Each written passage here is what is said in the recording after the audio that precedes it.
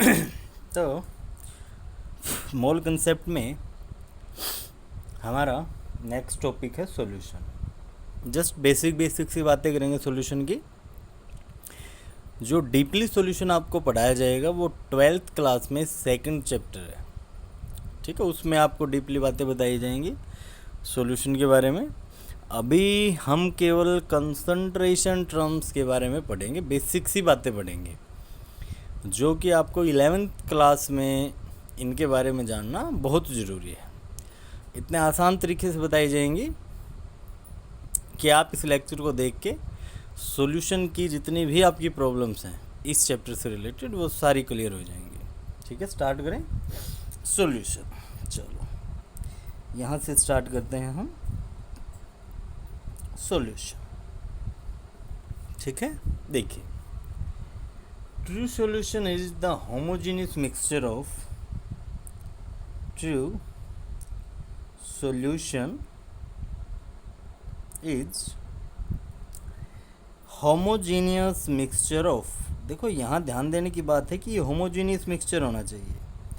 Homogeneous mixture of to और more non reacting components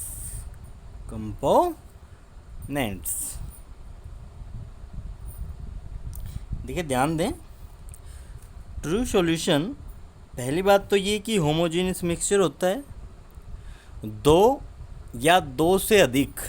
देखो ये वर्ड लिखना ज़रूरी है सॉल्यूशन की डेफिनेशन में कि जो आप दो या दो से अधिक कंपोनेंट लो वो नॉन रिएक्टिंग होने ज़रूरी हैं। अगर वो रिएक्टिंग होंगे तो वो एक प्रोडक्ट की फॉर्मेशन कर देंगे और उसको आप सॉल्यूशन नहीं कहोगे। जैसे हाइड्रोजन में आपने ऑक्सीजन मिलाई, दोनों रिएक्टिंग है तो इन्होंने वाटर बना दिया। यहाँ भी दो या दो से अधिक कंपोनेंट है ना, हाइड्रोजन ऑक्सीजन है, तो इन्होंने जो कंपोनेंट जो प्रोडक्ट बनाया वाटर उसको हम एज ए सॉल्वेंट यूज करते हैं ना, कि हम उसको सॉल्यूशन नहीं कह सकते। इसीलिए जब आप दो या दो से अधिक कंपोनेंट लो तो वो नॉन रिएक्टिंग होने चाहिए। एग्जाम्पल जैसे H2O के अंदर आपने इथेनॉल मिला दिया C2H5OH, या फिर आपने H2O के अंदर ग्लूकोज मिला दिया C6H12O6।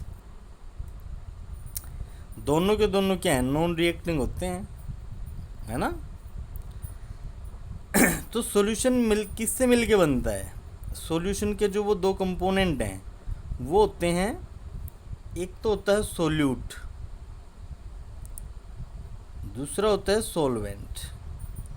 देखो ध्यान देने की बात ये है कि सोल्यूट में 1 2 3 4 5 6 ये है 6 वर्ड से मिलके बना है, और ये 1 2 3 4 5 6 7 वर्ड से मिलके बना है, ठीक है।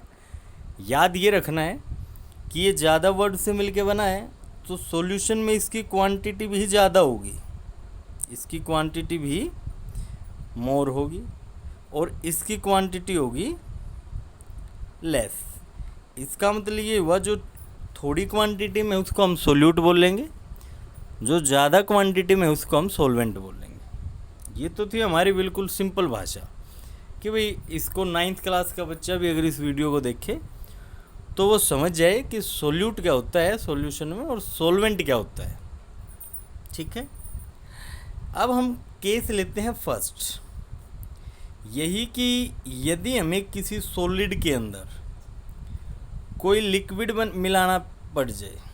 हमने एक सॉलिड लिया, उस सॉलिड को किसी लिक्विड में डाल दिया। पहली बात ये कि जो सॉल्यूशन तैयार होगा ना वो लिक्विड फॉर्म में तैयार होगा, या फिर हम ये बोल सकते हैं कि अगर सॉल्यूशन लिक्विड फॉर्म में तैयार हुआ है, पेस्ट भी बन सकता है इसका, ज़रूरी नहीं कि ये लिक्विड फॉर्म में हो। क्रीम वगैरह भी बनती हैं, वो भी किसी न किसी चीज़ के, उसमें भी डिस्पर्जन फेज डिस्पर्जन मीडियम होते हैं, disperse phase and dispersion medium होते हैं। वो सरफेस केमिस्ट्री का टॉपिक आगे चल के वो भी बताएंगे आपको 12th क्लास में। यहाँ जनरल बात ये है कि यदि हम सॉलिड के अंदर लिक्विड डालें और वो लिक्विड ही बन जाए, इसको तो हम सॉल्यूशन बोलेंगे। ठीक है, इनमें हमें पता नहीं कि किसे तो हम सॉल्यूट कहें और किसे हम सॉल्वेंट कहें। तो इनका पता लगाने के लिए हम क्या करें, हम देखें कि भाई जो सॉल्यूशन बना है ना, वो किस फेज में बना है, लिक्विड फेज में। सेम उसी फेज में आपका सॉल्वेंट मिलेगा। ये बात आप हमेशा याद रखना कि सॉल्यूशन जिस फेज में होता है उसी फेज में सॉल्वेंट होता है। लिक्विड फेज में है अभी सॉल्यूशन और यहाँ लिक्विड फेज में है ये, तो हम कहेंगे कि ये तो आपका सॉल्वेंट होगा जो लिक्विड फॉर्म में होगा, और ये आपका सोल्यूट होगा जो आपका सॉलिड फॉर्म में होगा। ठीक है, जैसे मैंने ले लिया ग्लूकोज और ग्लूकोज को मैंने वाटर में डाल दिया, लिक्विड ही बनेगा ना। गिलास में आप वाटर लेते हो, उसमें ग्लूकोन डी मिलाते हो, सॉलिड तो नहीं बनता, वो लिक्विड ही बनता है ना।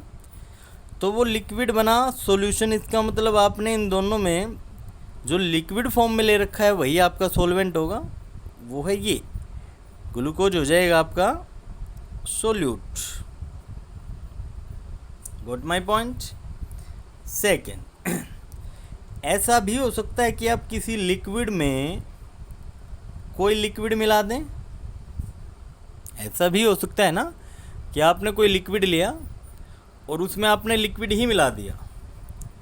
पहली बात तो ये लिक्विड ही बनेगा, क्या बना, सॉल्यूशन। अब मैंने कहा कि सॉल्यूशन जिस फॉर्म में होगा ना, सॉल्वेंट भी उसी फॉर्म में होगा, लेकिन अब तो यहाँ दोनों चीज़ सेम फेज में ही है। सॉल्यूट भी लिक्विड फॉर्म में है, सॉल्वेंट भी लिक्विड फॉर्म में है। अब हमें कैसे पता चले कि इनमें सॉल्यूट कौन सा है और सॉल्वेंट कौन सा है। अब हमें देखना पड़ेगा कि इन दोनों में जो मोर क्वांटिटी में होगा ना, जिसकी अमाउंट ज़्यादा होगी, मोर अमाउंट, वही आपका सॉल्वेंट होगा, वही आपका सॉल्वेंट होगा। ये बात समझ आई। अब देखो, लिक्विड फॉर्म में ही दोनों चीज़ दे रखे हैं, लिक्विड में ही आपका सॉल्यूशन बना है। अभी थोड़ी देर पहले मैंने कहा था भाई सॉल्यूशन जिस फेज में होगा ना, उसी फेज में आपका सॉल्वेंट भी होगा, लेकिन यहाँ सॉल्यूट भी सेम फेज में दे रखा है। तो आपको ये देखना पड़ेगा कि इनमें मोर अमाउंट किसकी है, जिसकी भी मोर अमाउंट होगी वही आपका सॉल्वेंट हो जाएगा। ठीक है, जैसे एग्जांपल लेते हैं, मैंने लिया H2 और इसमें मैंने मिला दिया C2H5OH, इथेनॉल। ये मैंने 1 मोल लिया, ये मैंने 10 मोल ले लिया। मोर क्वांटिटी किसकी है, इसकी ले रखी है ना, दिख रही है। तो अब ये आपका सॉल्वेंट का काम करेगा और ये आपका सोल्यूट का काम करेगा। ठीक है, आपने ऐसा किया, फिर से H2O लिया, फिर से आपने C2H5OH लिया। अब 10 मोल तो आपने ये ले लिए और 1 मोल आपने ये ले लिया। अब सॉल्वेंट का काम वाटर करेगा, क्योंकि यहाँ पर वाटर की क्वांटिटी तो आपने 10 मोल ले रखी है और इथेनॉल की क्वांटिटी आपने 1 मोल ले रखी है। समझ में आ गई बात? Very good. सबसे पहले ये तो थी सॉल्यूशन की बिल्कुल बेसिक सी बातें कि भाई सॉल्यूशन की डेफिनेशन, सॉल्यूशन में सॉल्यूट और सॉल्वेंट होते हैं, इनका बेस्ट तरीका की भी सॉल्यूट में 6 वर्ड होते हैं, सॉल्वेंट में 7 वर्ड होते हैं। 7 word is the more quantity. So अगर मोर क्वांटिटी में आपको कोई चीज़ मिलने लग रही है वो सॉल्वेंट ही होगी, लेस क्वांटिटी में आपको कोई चीज़ मिल रही है तो वो सॉल्यूट ही होगी। फिर ये बेसिक सी बातें हमने बता दी, एक केस हमने ये ले लिया, एक केस ये ले लिया, और यहाँ तक की बातें आपको क्लियर कर दी। ठीक है, अब हम सबसे पहली जो चीज़ लेंगे वो लेंगे मोल फ्रैक्शन। सबसे पहले हमने लिया मोल फ्रैक्शन। देखिएगा बिल्कुल ध्यान से, इसको x से डिनोट करते हैं, पहली बात तो ये। ठीक है, डेफिनेशन क्या होती है, it is equal to ratio of, it is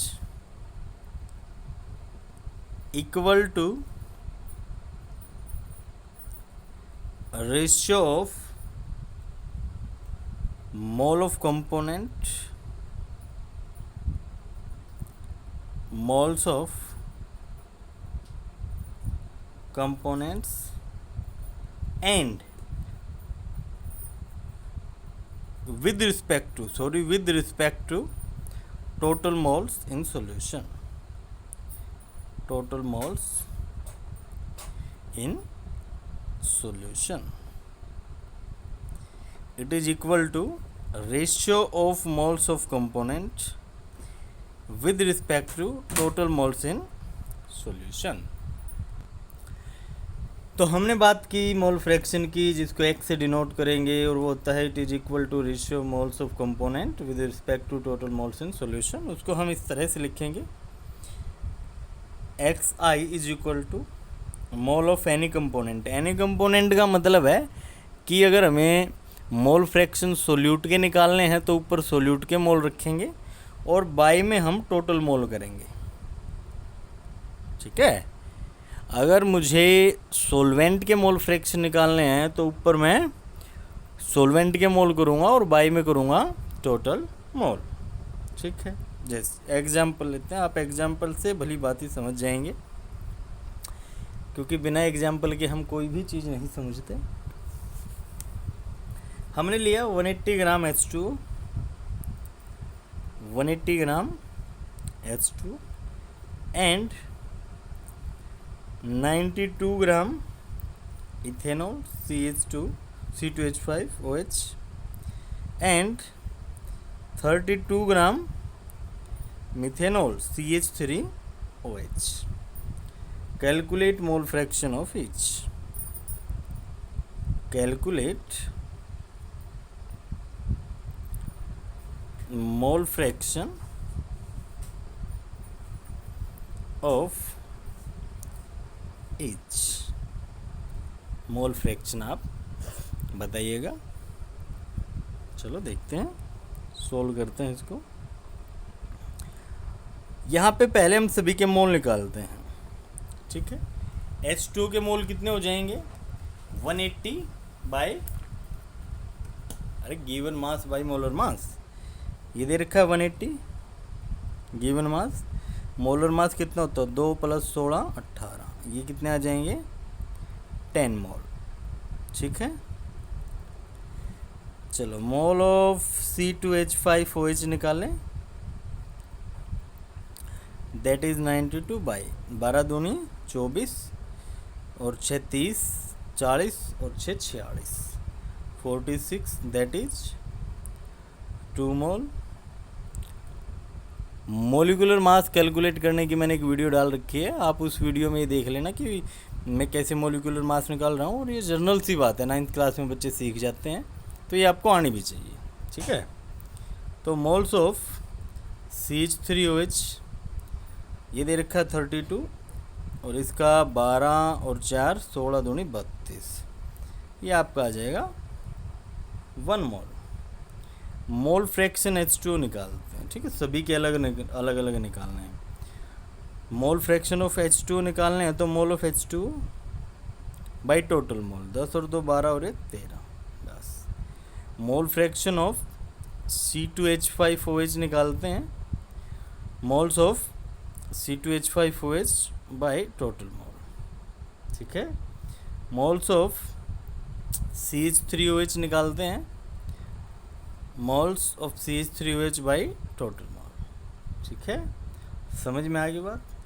एक खास बात, जो ये मोल फ्रैक्शन ऑफ I होता है वो 1 के बराबर होता है. इसका मतलब ये हुआ mole fraction of H2 plus mole fraction of C2H5OH plus mole fraction of CH3OH is equal to 1 के बराबर होगा. अगर इससे ज़्यादा भी कंपोनेंट हम ले लेते, उनके भी मोल हम ऐड करते, तो भी वो 1 के बराबर ही होता.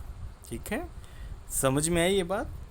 ये क्लियर हुई बात. इसका मतलब ये हुआ, आप ऐसा भी लिख सकते हो कि mole fraction of solute plus mole fraction of solvent is equal to 1. एक ये भी रिलेशन होता है इसका कि सोल्यूट के मोल प्लस सॉल्वेंट के मोल यदि आपने डाल दिए तो वो 1 के बराबर ही रहेंगे। ठीक है, got my point, very good. Next हम बात करते हैं percentage by weight. Percentage by weight, तो देखते हैं percentage W by W। Okay, percentage W by W हम लिखेंगे इसको weight of solute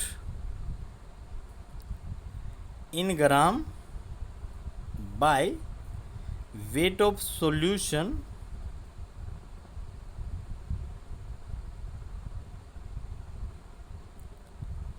in gram into 100, क्योंकि परसेंटेज निकालनी है ना तो इंटू में 100 करना पड़ेगा। ठीक है, वेरी गुड। देखिए एग्जाम्पल लेके चलते हैं, अभी इससे समझाओगे आप, बहुत अच्छे से समझ जाओगे। देखिएगा, आपने ले लिया 20 gram ethanol, 20 gram ethanol in 200 gram solution.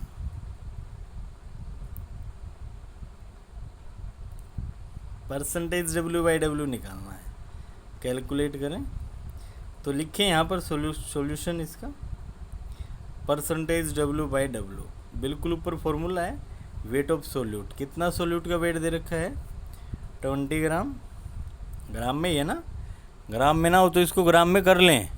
ठीक है, बाई सॉल्यूशन का कितना दे दिया 200, इंटू में क्या करोगे 100, जिससे ये आ गया आपका 10%। 10% क्या आया W बाई W। ठीक है, समझ में आ गई बात, क्लियर होगी, वेरी गुड। एक और एग्जांपल देखें, आपसे दे दिया 10% W by W aqueous urea solution, urea solution aqueous दिया है भाई, इसका मतलब इसने बोल दिया कि इस यूरिया के अंदर पानी मिला हुआ है, और वो पानी, यूरिया तो सॉलिड फॉर्म में होता है और पानी मिला हुआ है तो पानी सॉल्वेंट हो जाएगा, ये आपका सॉल्यूट हो जाएगा। Calculate mole fraction of urea, mole fraction of urea. देखो कितना आसान क्वेश्चन है ना, लेकिन इसके अंदर आपको है ना यूरिया के फॉर्मूले का पता होना चाहिए। ऐसा नहीं है कि आपको यूरिया के फॉर्मूला पता नहीं है और आप क्वेश्चन निकालने लग रहे हो, है ना। देखें, चलो देखते हैं। अच्छा 10% लिया है ना W बाई W, परसेंट मतलब मैं मान के चल पड़ता हूँ कि मेरे पास 100 ग्राम सॉल्यूशन है, सॉल्यूशन का मास मान के चल रहा हूँ ना, लेट। ठीक है, अगर ये 100 ग्राम है, 10% क्या थे 10% W बाई W का मतलब समझते हो क्या है। चलो एक बार तो इसी को देख लेते हैं। 10% W बाई W का मतलब है कि 10 ग्राम यूरिया 100 ग्राम सॉल्यूशन के अंदर, तो सॉल्यूशन 100 ग्राम हो गया, यूरिया 10 ग्राम। तो अगर 100 ग्राम सॉल्यूशन लिया तो इसमें यहाँ पर लिखोगे आप 10 ग्राम यूरिया। यूरिया फॉर्मूला ये होता है भाई NH2CO NH2, ये यूरिया का फॉर्मूला होता है। ठीक है, और इसका मोलर मास है ना 60 होता है, निकाल के देख लेना, इतना ही मिलेगा आपको। अगर 10 ग्राम यूरिया यहाँ से निकल गया तो यहाँ पे कितना बचेगा 90 ग्राम वाटर, और इसका मोलर मास होता है 18 ग्राम। सही है, तो यहाँ से मोल ऑफ यूरिया निकाल लें given mass by molar mass, और यहाँ से मोल ऑफ वाटर निकाल लें, given mass by molar mass, that is 5। सही है। एन टोटल क्या आ जाएगा, mole total is equal to mole of urea plus mole of water, that is 1/6। Total mole तो ये आ जाए ना, प्लस 5, इसको जोड़ दें। ठीक है, हमें निकालना क्या है, मोल fraction of urea. Mole fraction of urea के लिए फॉर्मूला हो जाएगा मोल of urea by total mole, mole of urea plus water. सही है। इसको सोल्व तो आप कर ही सकते हो ना, बिल्कुल ये छोटी सी क्लास का के न्यूमेरिकल सवाल हैं। 6 पंजे 30 और 1 31 बटे 6, इससे ये कट जाएगा, यह आ जाएगा 1/31। अगर आपसे इसी क्वेश्चन में मोल ऑफ वाटर ने पूछ लेना, मोल फ्रैक्शन ऑफ वाटर, तो अब आपको कुछ करने की ज़रूरत नहीं है, बस एक के अंदर से मोल फ्रैक्शन ऑफ यूरिया घटा दें, जो ये आया है, आंसर आ जाएगा आपका। क्या आएगा, 30/31। घटा के देख लो, 1 माइनस का 1/31, एलसीएम 31 आ जाएगा, ये आ जाएगा 31 - 1, दैट इज 30/31। ये कुछ कैलकुलेशन तो ऐसी हैं भाई, आपको बहुत आसानी से स्पीड से आनी चाहिए, और ये तभी आएंगे जब आप बार बार प्रैक्टिस करोगे। अगर आप बार बार प्रैक्टिस करोगे कैलकुलेशन की तो ही आएंगे। आपने फ़ोन का यूज किया, कैलकुलेटर का यूज किया, तो आपका दिमाग उसी का आदी हो जाएगा। ये सोचने लग जाएंगे भाई छोड़ना, ले आना फ़ोन, ला देखते हैं, है ना, कैलकुलेशन करके देखते हैं उसमें। आपका दिमाग फिर इसमें जंग लगने लग जाएगा। इसलिए इसको घिसाओ ज़्यादा से ज़्यादा, और जल्दी जल्दी ये कैलकुलेशन, ये तो बहुत छोटी छोटी हैं भाई, ये तो कुछ है ही नहीं। ठीक है, चलो एक और एग्जांपल करें। मोल फ्रैक्शन ले लिए हमने ग्लूकोज के, मोल फ्रैक्शन ऑफ ग्लूकोज, ग्लूकोज है C6H12O6 is 0.05 in aqueous solution, in aqueous solution। ठीक है, एक्वस सॉल्यूशन में ग्लूकोज के मोल फ्रैक्शन इतने दे दिए। ठीक है, calculate percentage W/W of glucose, glucose की परसेंटेज W/W निकाल लें। सॉल्यूशन देखें इसका। मोल फ्रैक्शन ऑफ ग्लूकोज का मतलब ये है, इन्होंने दे दिए 0.05। देखो कितना आसान है, शॉर्ट ट्रिक है इसकी। ठीक है, इसको मैं ऐसे लिख सकता हूँ भाई, 5/100, भाई में 2 0, इसको मैं लिख सकता हूँ 1/20। यहाँ तक सही है।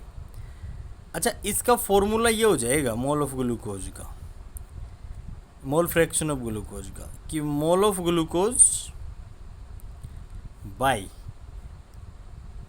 Total mole.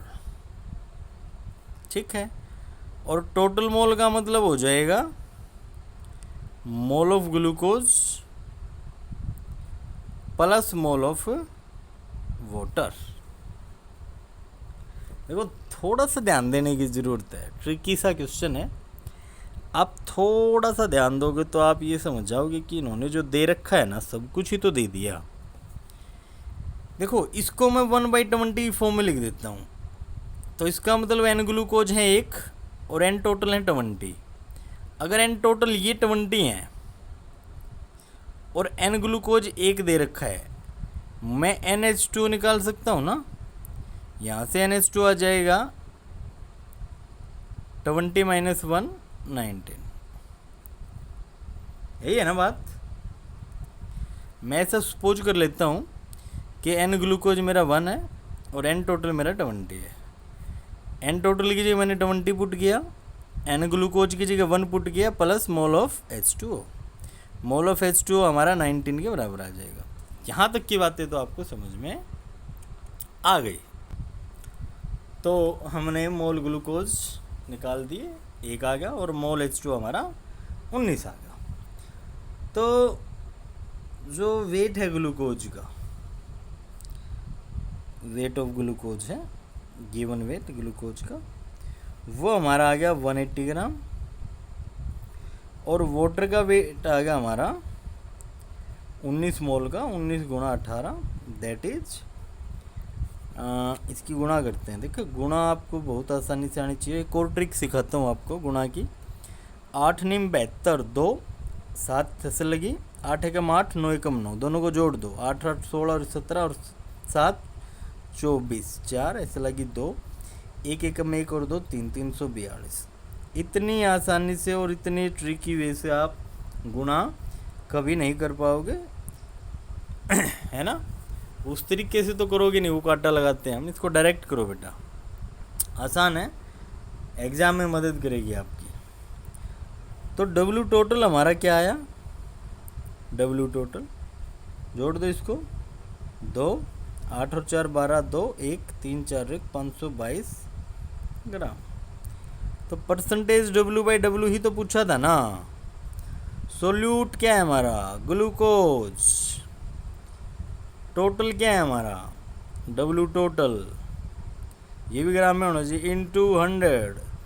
डब्ल्यू ग्लूकोज क्या है, ये दे रखा 180 ग्राम में, डब्ल्यू टोटल दे तो दिया 522 इनटू 100। तो कृपया करके इसको सोल्व करके, बहुत आसान सी एक कैलकुलेशन है, इसको सोल्व करके कमेंट बॉक्स में ज़रूर मेरे को आंसर बताएं। और सभी बच्चे कृपया करके लाइक, शेयर एंड सब्सक्राइब करें। अच्छे बच्चे हो ना, तो ज़रूर करें, ठीक है। ओके, नेक्स्ट वीडियो आपकी बनाई जाएगी, कंसंट्रेशन टर्म पर ही रहेगी अभी वीडियो, वो आपकी कल बना के डाल देंगे, ठीक है। कल नहीं तो परसों आपको वो वीडियो मिल जाएगी।